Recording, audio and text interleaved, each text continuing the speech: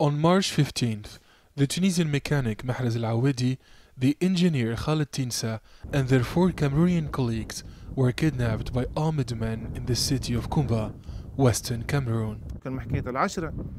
We were going to work at about 10 a.m. in the morning when a group of armed men stopped our convoy.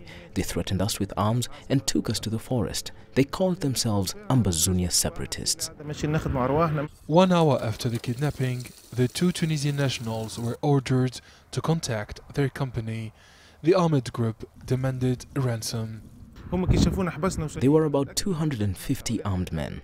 On the 3rd day, the ransom was paid, but we were not released. We marched for about 45 kilometers in the forest. The next demands of the militia were political.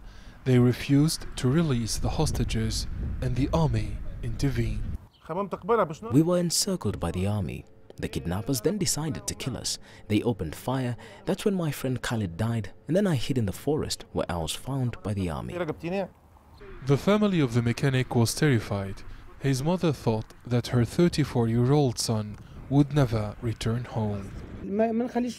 I'm happy that my son is alive, but very sad for his friend who was killed in Cameroon. I feel the sorrow of his mother. After attending his friend's funeral in Tunis, Mahrez was hospitalized. Now he's living on psychiatric medication to turn the page on the worst experience of his life. Tens of Tunisian infrastructure and energy companies are implemented in many countries in sub-Saharan Africa. Tunisian engineers and technicians usually work in very good conditions. They are welcomed by the population and protected by authorities of host countries. Experts in African affairs maintain that the kidnapping incident in Cameroon remains an exception. Adnen Chaouachi, CGTN, Tunis.